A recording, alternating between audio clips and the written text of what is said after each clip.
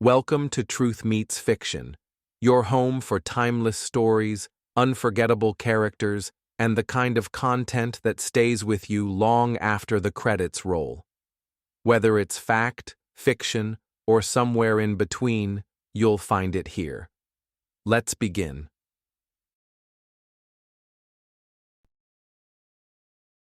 You, finding life pretty dull? Dreaming again of exotic places? Wishing you were somewhere else? We offer you escape.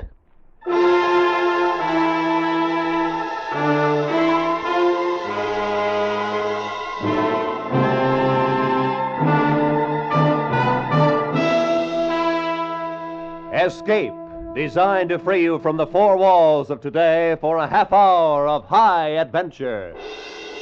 Escape with us now to the year 100,080 and a world where beauty and terror live side by side, as H.G. Wells describes it in his immortal story, The Time Machine.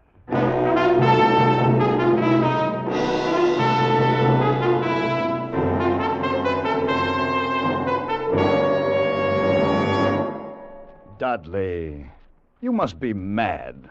A time machine. Yes, my friend, a time machine. This thing? This very thing.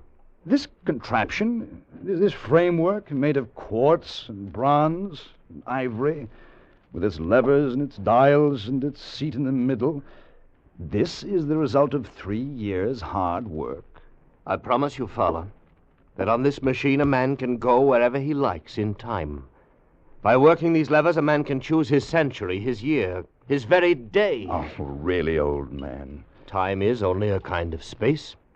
If we can move about in all the other dimensions of space, why not in time, too?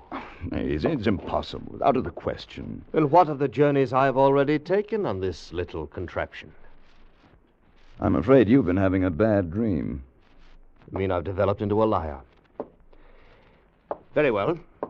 You shall have proof, my friend. How? Just climb on, Fowler. Sit in the seat beside me, face these ivory dials, and I'll take you for a little spin. Well, you mean right now? Right now. Or just, in case this thing should take off like the flying red horse, are there any, Any preparations? No, Fowler, no. You won't need any luggage on this trip, not even a toothbrush. You'll be back here in my laboratory in less than a minute.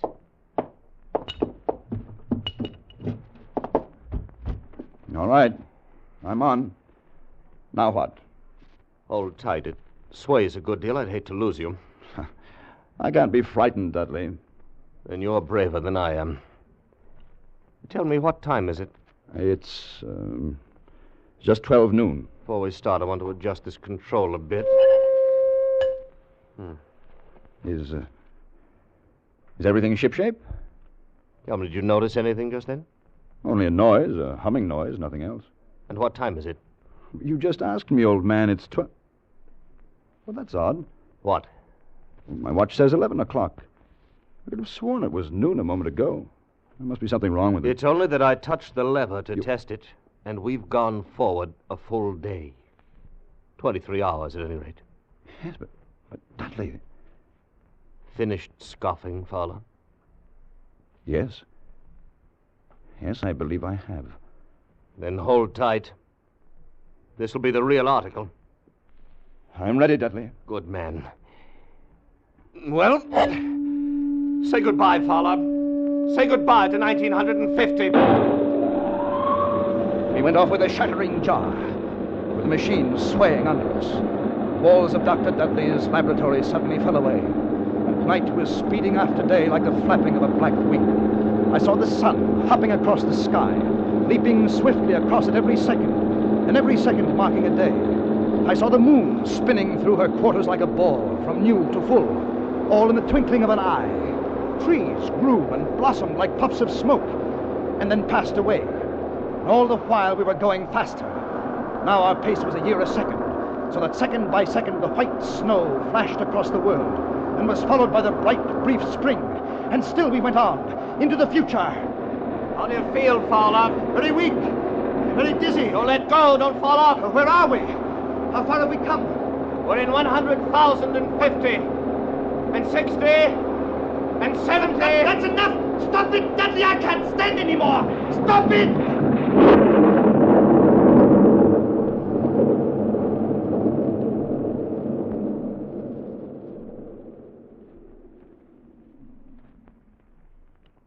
Fowler, you all right?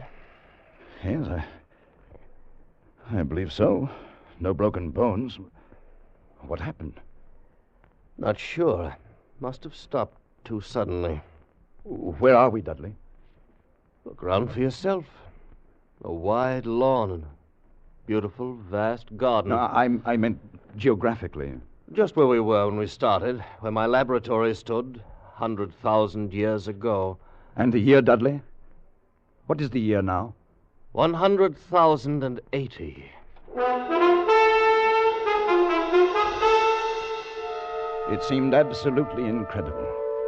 A dream, but a pleasant one, for the garden in which we found ourselves was beautiful and summery, with an unexpected perfume about it, almost like platine. At some distance, we could see a large and imposing building, and everything was quiet and peaceful, but almost too much so. And the sense of strangeness, of incredible strangeness, sent a shiver up my spine. 100,080. Fowler, do you want to go back? Yes, I rather think I do. Let's go back. Dudley. From over there, in the bushes. It sounded human. Come on! Yeah.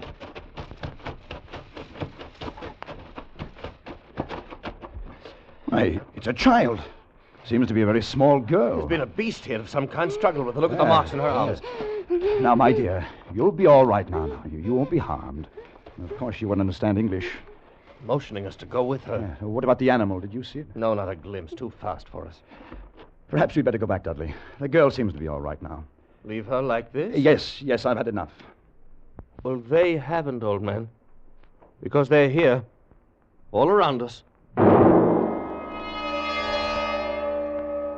They had crept up on soundless feet to surround us. The little people of this era.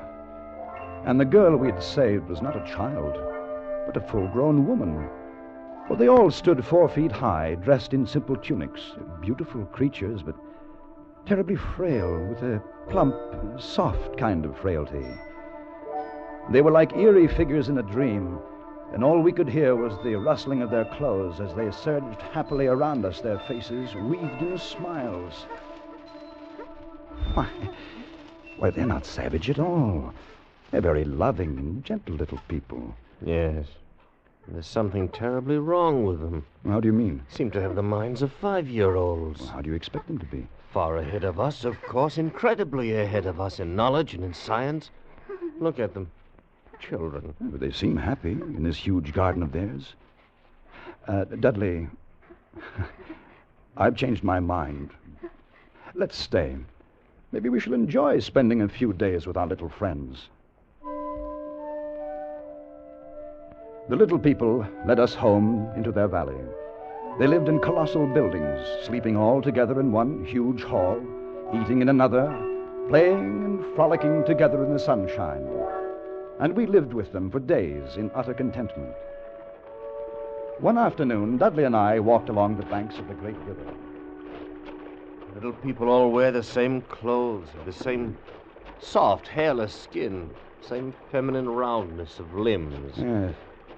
I wonder if it's because they're vegetarians. They're vegetarians because they have to be. You haven't run across any horses or dogs, cattle of any kind, have you? No, now that you mention it. With good reason. All extinct by now. Just as the dinosaur is with us. Dudley, there's something strange here. Something hidden away and silent here in the year 100,080. Felt the same way. I've taken the precaution of removing the control levers of the time machine, putting a master padlock on the main switches. Oh. Don't much fancy the idea of someone riding away with it into another century and leaving us here for the rest of our lives. Dudley, do you know where we are? Yes, this is where we landed. I thought so. I wasn't sure. What did you ask?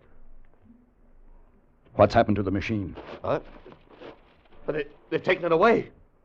They've stolen it. This is where it was. It's right here. Look! Follow the tracks. Here where they've dragged it. Over here. Come along. Down this path. Look. Right there. The monument. There's a brass doors in the base. Oh, they're locked. The machine. It must be in there. Yes. Inside. We must get it. Break down the door. How? How can we? Here. Use the levers. All right, try. Let's more. No, it's no good, Dudley. They're solid. We'll never break through. Never. No. Never. We can't You mean break through here. stay here all our Try lives? again. You mean never go home again? It must open the machine. No. Time machine.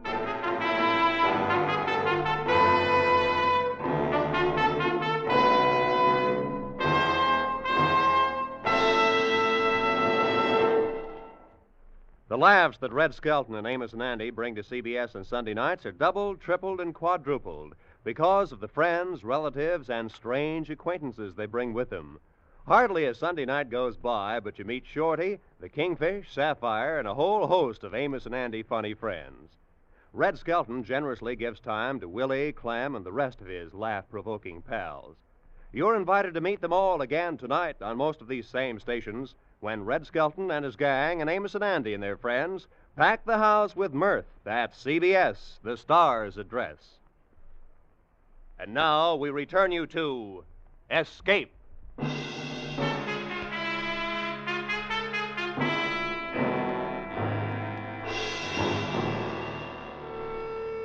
We were caught in the year 100,018. The time machine was gone. The brass doors of the monument held. Our retreat was cut off, the thin line by which we could make our way back home, back to our own time and our own people, back to 1950. We had no way of communicating with the little people, of asking what they had done with the machine or how to get it back. There was nothing hostile in their attitude. They were more like simple, wandering children. Only one, the young woman Weena, whose life we had saved on our first day, had become really friendly. She went with us wherever we walked, and brought us presents of garlands, of flowers, slept near us at night in the hall, and we in turn had taught her a few words of English. Now we redoubled our efforts, like men racing against a clock, so that we might speak to her and discover the secret of our immense loss. We were talking to her one night after the others had gone to sleep. No, not these, Dudley. No. How can you be so sure your people didn't steal the machine? Aren't there any thieves among them? Are they all perfect? No, not so loud, Dudley. You'll wake them. Besides, she doesn't understand. The thief must be sleeping somewhere in this hall. Weena, they take machine. No, Dudley. No. Who then? Who? We are friends. Yes. We must have machine. Yes, Dudley.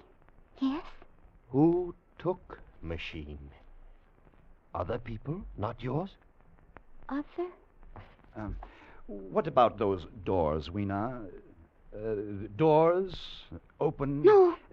Weena, machine in there must open. No, not open. Oh, all right, my dear. Go to sleep, get some rest. Yes, Dudley. Sleep. What's to become of us, Fowler? Are we caught here in this century? We spend our lives with the little people and their secret. We'll go back to the monument tomorrow. We'll find a way of breaking in. Good night, Dudley. Dudley? Yes. Did you just... There it was again. What? Something. On my face. Huh? Cold. Filthy to the touch. On my face and in my hair. As cold as death. Dudley! You're right. There's something in here with us. Smells of the grave. What was it? I don't know. But look at them. Look at the little people. They're all awake. It's as though they've been stampeded. Let's get out of here. I want some fresh air. We went quickly through the hall and outside, away from the frantic rustling of the little people. The moon was full, just overhead, and it was close to dawning. There was a faint sound speeding close behind us, and we turned, our nerves ragged, our muscles tensed. But it was only Weena, coming swiftly to join us. Dudley, afraid. Then there is Dark. something. What do you mean, Weena? Dark? What? Dark thing. Dark place. Night. Why should they be afraid of the night, Dudley? It's not the night alone. Dark place, that's our cue. But perhaps it's something underground.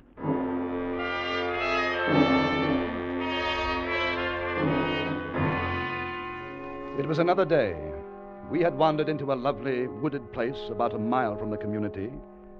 And suddenly Weena screamed. Father! We stopped short. A pair of glaring eyes were fixed upon us. As we stood there, petrified, the thing, a little ape-like figure, rushed across our path and disappeared in a clearing about 30 yards away. What was it?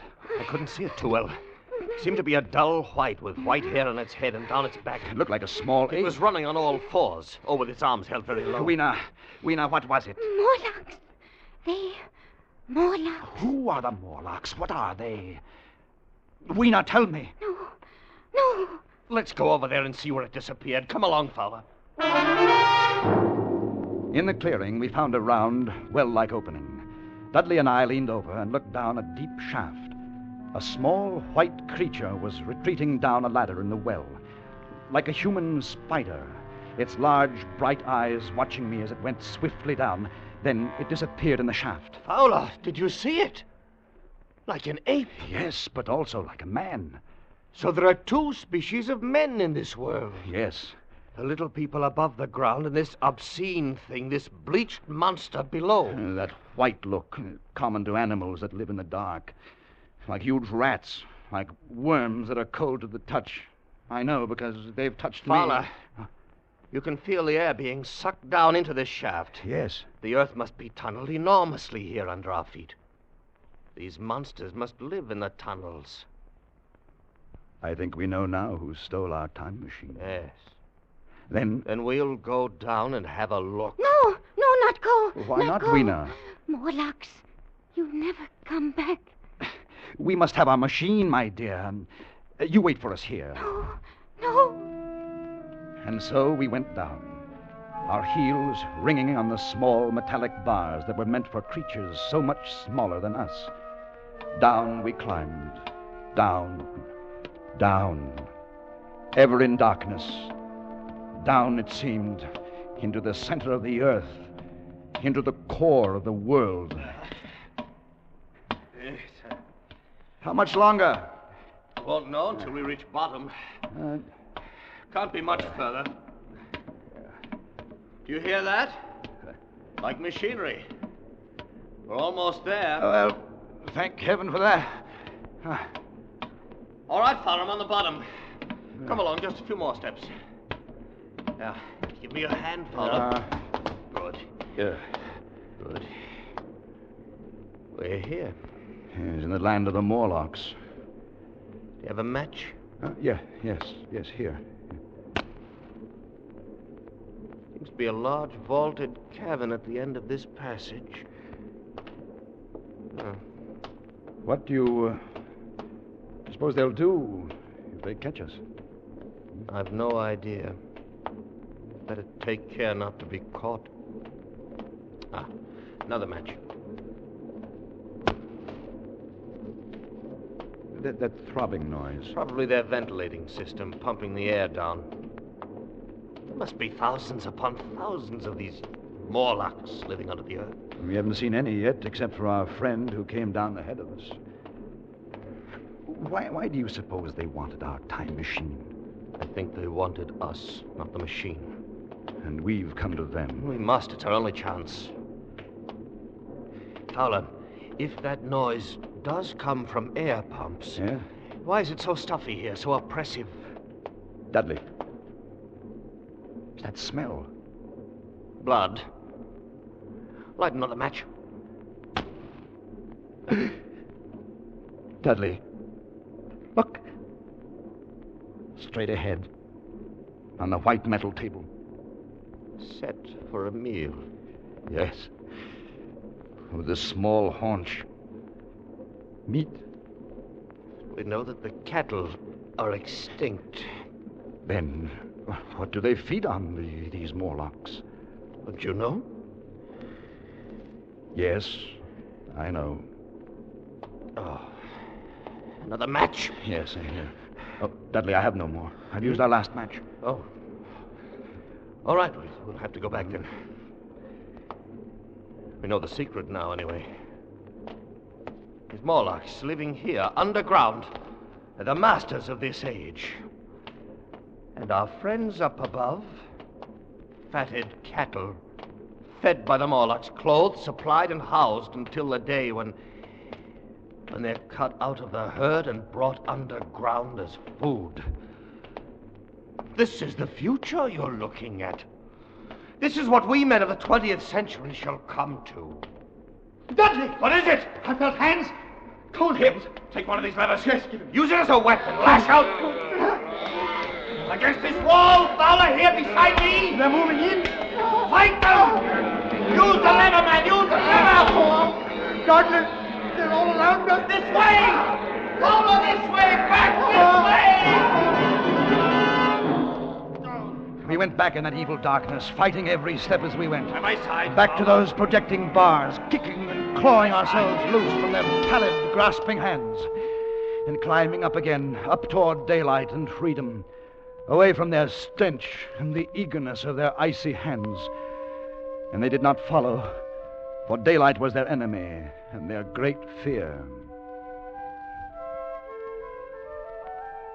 And we lived among the lush gardens of the little people like prisoners, like men without reprieve, like men who are dead, though they still walk the earth. For the time machine was locked away behind great brass doors, and we knew we could never force them open. Then one day, Weena told us of an old building, an ancient sagging structure that had survived through many ages and was filled with many curious objects. A museum, that's what it must be. A museum, Fowler. Perhaps from some earlier time. I'm in no mood to go looking at a museum. Don't you see? What? Specimens hermetically sealed in museums. Perhaps there are things, weapons, machinery, something we can use. Yes, of course. If we could find some dynamite or gunpowder or We something. could blast those doors, we could get in. Where is this place, Weena? This old building that no one ever goes near? I take you. It's not far. A chance, old man. A slim one, but a chance nonetheless.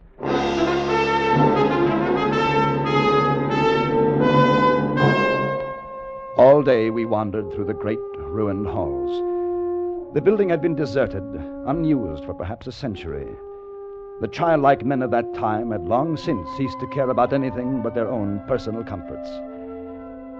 It was late afternoon and growing dark when we came upon the chemical section. We had found nothing useful to us until then, and now came the worst disappointment of all. And it's dust. All of it. Been dust for centuries. Another dead end. It's hopeless. We were out of our heads to hope that nitrates would retain their form for 100,000 years. We go now? There's nothing here. Oh, wait just a moment. Something in this case. Well, you can break it with your lever. Stand back a little. All right. Box of matches. Hermetically sealed. Now, wait, let me see. Well, they're perfect. But they're not even damp. What shall we do with them? Burn down those brass doors? Well, you'd better keep them. You can't tell. Fowler. What? On the floor, you see them? Where? Small, narrow footprints leading away into the darkness at the end of this gallery. Dudley! We'd better go. Pick Queen up and carry her. We'll have to run for us. Now, don't be frightened, my dear. It'll be all right. Go on, run! We came out of the gloom of that place into the deeper gloom of dusk. And suddenly we saw. We were trapped. All around us were the Morlocks. They were there by the thousand, surrounding us, and coming closer in a long, even line of deathly white, their eyes blinking in the half-light, their tiny mouths alive with appetite. Fowler, the matches! I have them. Just like a fire. Here, please, here. Hurry, man, the forest is dry. Hurry, man. We'll have an inferno here in a minute. The little friends don't like light or heat. The fire leaped high to the heavens, and the countryside was ablaze. The Morlocks turned in fear, blinded by the glare. Some of them blundered into the middle of the raging flames, and the rest faded away like a fog. Dudley had left a narrow passageway for our retreat, and we fled down a long corridor of leaping flames and blistering heat. We fled to safety toward the community of the Little People. As we ran, we passed the huge monument with its great bronze doors that were locked tight in our time machine. And suddenly, in the glare of the distant fires, we saw something that stopped us short. They're open, Fowler! The doors are open! No, not go in. Dudley, no. It's a trap. They're there waiting for us inside. Waiting or not, we're going in. Dudley, it's suicide. It'll take me 1 minute to screw the levers on again, then I touch them and we're away. All right, I'll try to give you your 1 Good minute. boy. No, go. Not leave me. No, you, my dear, you hold tight around my neck. You're coming home with us. All right, let's go. We're in a local machine. They haven't harmed it. I don't see them yet. Come on now, quickly. The doors, Dudley. They're closed. Get in the seat. I'll be ready in a moment. I waited for the hum that would signal our departure. And there in the darkness, the Morlocks were finally upon us. Cold, persistent fingers swarmed over my body, tugging at me, sucking me away from the machine. I held tight to Weena as a man holds fast to life, tried to kick them away with my feet. Hurry, Dudley, hurry! I should get these levers quickly or we're done. One more turn and it's in. There, Fowler, we're away, we're gone. Yes, we made it. Are you all right? I'm all right. Good. And Weena? Weena isn't with us. What happened? They tore her from my hands at the last minute. They got her. I tried to save her, but I couldn't. I still have a piece of her tunic here in my fist. Little piece of her tunic, Dudley. Nothing else.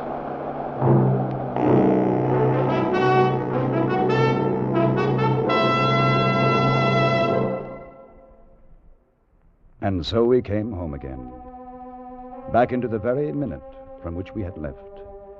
Back into 12 noon, October 22nd, 1950.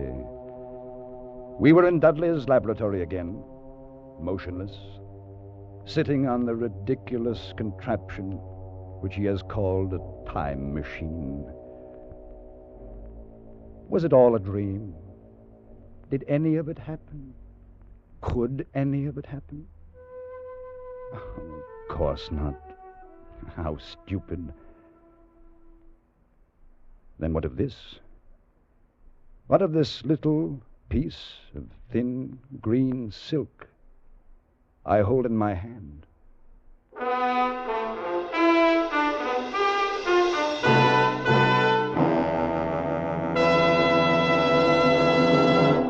Escape is produced and directed by Norman MacDonald. Today we have brought you The Time Machine by H.G. Wells, adapted for radio by Irving Ravitch, and starring John Daner as Fowler and Larry Dobkin as Dudley, with Georgia Ellis as Weena. The special music for Escape was arranged and played by Ivan Ditmars. Next week, escape with us to a small fishing boat off the California coast and a night of terror and death at the hands of a brilliant madman, as Bud A. Nelson tells it in his exciting story, 7 Hours to Freedom.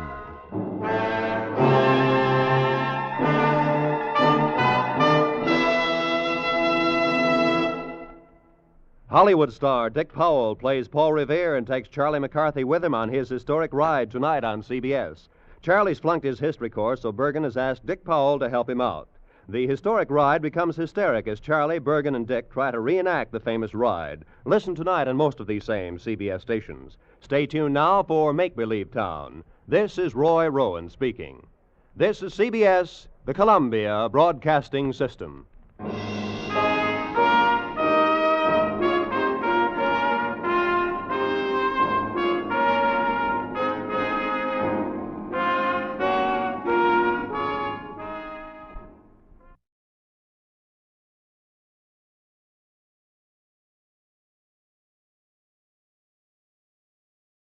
Every story leaves a trace, some in history, others in the shadows. If this one made you think, question, or shiver just a little, you're in the right place. This is Truth Meets Fiction. Until next time, stay curious, stay sharp, and don't believe everything you're told.